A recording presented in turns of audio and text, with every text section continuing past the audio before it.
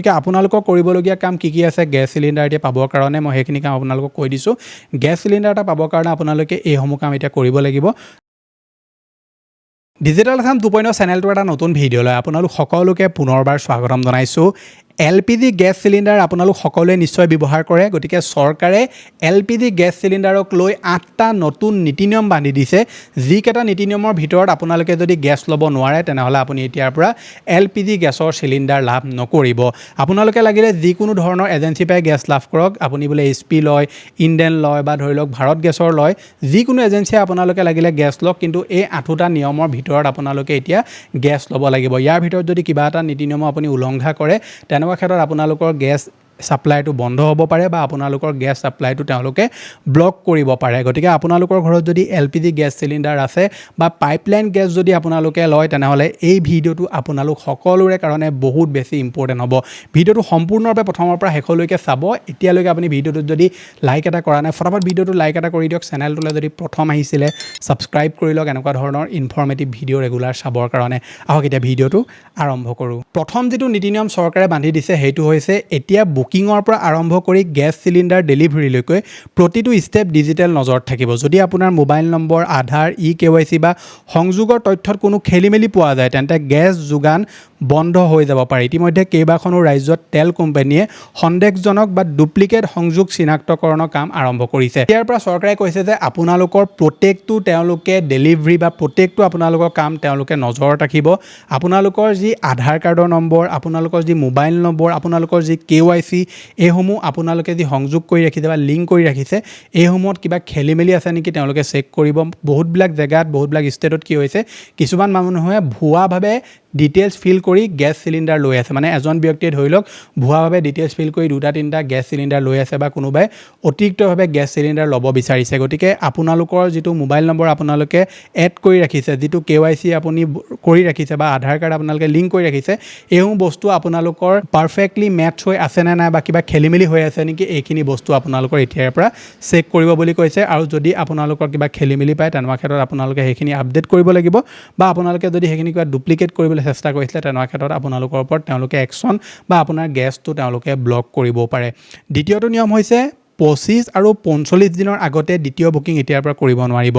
নতুন নিয়ম অনুসৰি চহৰ অঞ্চলত 25 দিনৰ আগতে আৰু গ্ৰামাঞ্চলত 45 দিনৰ আগতে দ্বিতীয় ৰিফিল বুকিং কৰিব নোৱাৰিব। অৰ্থাৎ যদি আপুনি শেহতীয়াকৈ চিলিণ্ডাৰ ক্ৰয় কৰিছে তেন্তে নিৰ্দিষ্ট সময় আগতে পুনৰ বুকিঙৰ এতিয়া আপুনি অনুমতি নাপাব। এটা সময়ত কি আছিলে আপোনালোকে গেছ চিলিণ্ডাৰ যেতিয়াই মন যায় তেতিয়াই ল'ব পাৰে, কিন্তু এতিয়াৰ পৰা সেইটো নহ'ব।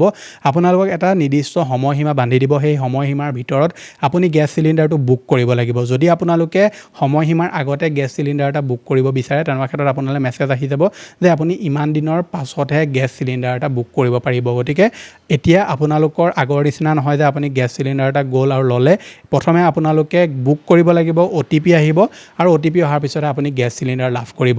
তাৰ পিছৰ নিয়মটো এই OTP লগতে ৰিলেটেড। এতিয়াৰ পৰা আপোনালোকৰ যি গেছ চিলিণ্ডাৰ সেইটো আপোনাৰ OTP অবিহনে চিলিণ্ডাৰ ডেলিভাৰী কৰা নহ'ব।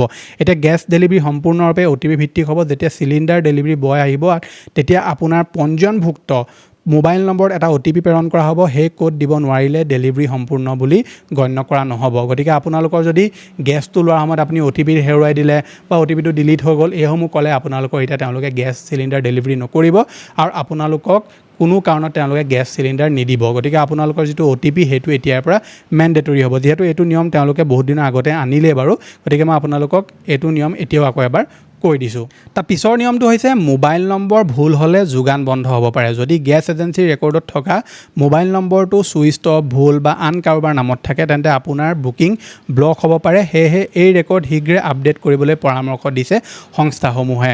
আপোনালোকে যিটো এজেঞ্চিৰ পৰা গেছ লাভ কৰে সেই এজেঞ্চিটোত যদি আপোনালোকৰ মোবাইল নম্বৰ, KYC, আধাৰ কাৰ্ড যিসমূহ আপোনালোকে দি ৰাখিছে সেইসমূহত যদি কিবা খেলিমেলি হৈ আছে, বিশেষকৈ যদি আপোনালোকৰ মোবাইল নম্বৰটোৰ যদি কিবা খেলিমেলি হৈ আছে, মোবাইল নম্বৰটো বোলে আপোনাৰ চুইচ অফ দেখুৱায়, মোবাইল নম্বৰটো আপোনাৰ ইনএক্টিভ হৈ আছে বা আপুনি যি নামত এজেঞ্চিত আপোনাৰ নাম ডিটেইলছ বুক কৰি থৈছে, ডিটেইলছ দি থৈছে, সেই ডিটেইলছৰ লগত আপোনালোকৰ যিটো মোবাইল নম্বৰ সেই ডিটেইলছখিনি মেটচ কৰা নাই, তেনেকুৱা ক্ষেত্ৰত আপোনালোকৰ যি গেছ চিলিণ্ডাৰ সেইটো ব্লক হ'বও পাৰে। গতিকে আপোনাৰ যদি মোবাইল নম্বৰ আপডেট কৰিবলগীয়া আছে তেনেহ'লে সোনকালে আপুনি মোবাইল নম্বৰ আপডেট কৰিবলৈ সংস্থাসমূহে আপোনালোকক পৰামৰ্শ দিছে। নহ'বা আপোনালোকে আহিবলগীয়া সময়ত যিটো গেছ চিলিণ্ডাৰ সেইটো আপুনি লাভ কৰাত প্ৰব্লেমো হ'ব পাৰে।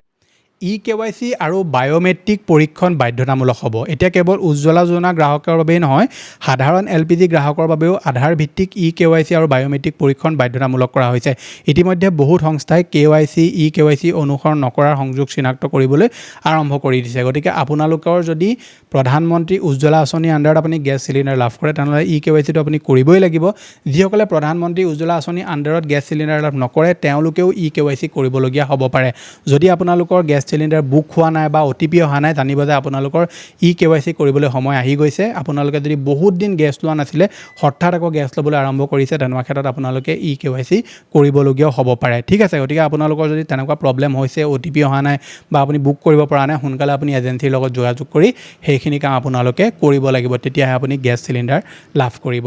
PNG পাইপলাইন থকা অঞ্চলসমূহত LPG সংযোজনৰ পৰ্যালোচনা কৰা হৈছে। গ্ৰাহকক PNG ব্যৱহাৰ কৰিবলৈ উৎসাহিত কৰা হৈছে আৰু বহু ঠাইত অতিৰিক্ত LPG সংযোগ বন্ধ কৰাৰ প্ৰস্তুতি চলি আছে।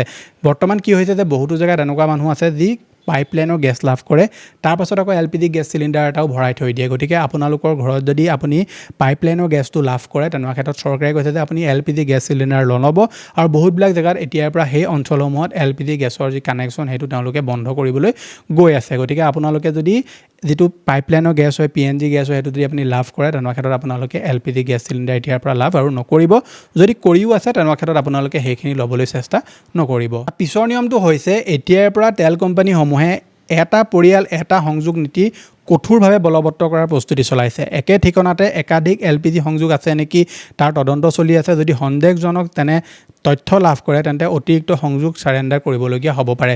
মানে আপোনালোকৰ নামত যদি আপুনি বহুতকেইটা LPG কানেকশ্যন লৈ ৰাখিছে, তেনেকুৱা ক্ষেত্ৰত সেইসমূহ এতিয়া বন্ধ কৰিব লাগিব। তেওঁলোকে কৈছে যে এজন ব্যক্তিয়ে কেৱল এটা গেছ চিলিণ্ডাৰহে লাভ কৰিব।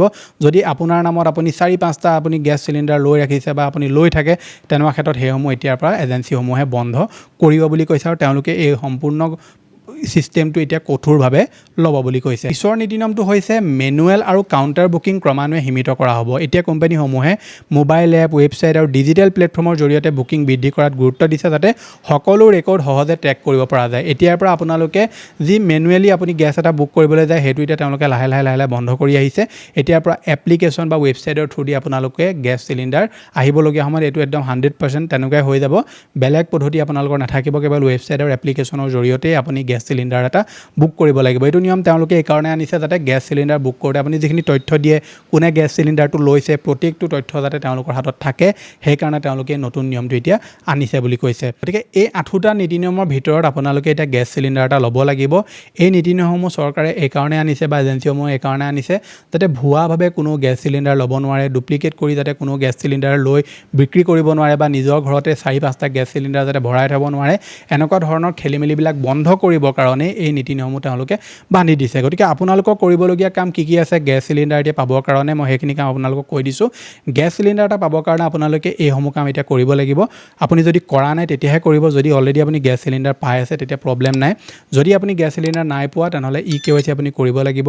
আপোনাৰ যদি মোবাইল নম্বৰ আপডেট কৰিবলগীয়া আছে সোনকালে আপডেট কৰি ল'ব। যদি ঠিকনা সলনি কৰিছে, এজেঞ্চিৰ লগত যোগাযোগ কৰি যিখিনি আপুনি প্ৰয়োজনীয় নথি তাত জমা কৰিব লাগে সেইখিনি আপুনি জমা কৰি ল'ব।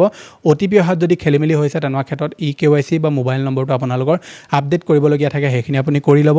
যদি আপোনালোকৰ ঘৰত পাইপলাইনৰ গেছ আহে তেনেহ'লে আপুনি LPG গেছ চিলিণ্ডাৰ নল'ব। তেনেকুৱা ক্ষেত্ৰত আপোনালোকৰ গেছ ব্লকো হ'ব পাৰে, মানে LPG গেছ চিলিণ্ডাৰটো ব্লকো হ'ব পাৰে আৰু বাকীও আপোনাৰ ওপৰত জৰিমনা, মানে মই জাষ্ট কৈছোঁ আপোনালোকক, বাকী আপোনালোকৰ ওপৰত তেওঁলোকে LPG গেছ চিলিণ্ডাৰটো ব্লক কৰাৰ লগতে আপোনাৰ ওপৰত একশ্যনো তেওঁলোকে ল'ব পাৰে। গতিকে ঘৰত যদি LPG গেছ চিলিণ্ডাৰ আছে তেনেহ'লে এইসমূহ নীতি নিয়ম আপোনালোকে এতিয়া মানি চলিব লাগিব। বাকী আপোনালোকৰ ইয়াৰ ওপৰত মতামত কি নিশ্চয় মোক তলত কমেণ্ট এটা কৰি জনাবলৈ একদম নাপাহৰিব।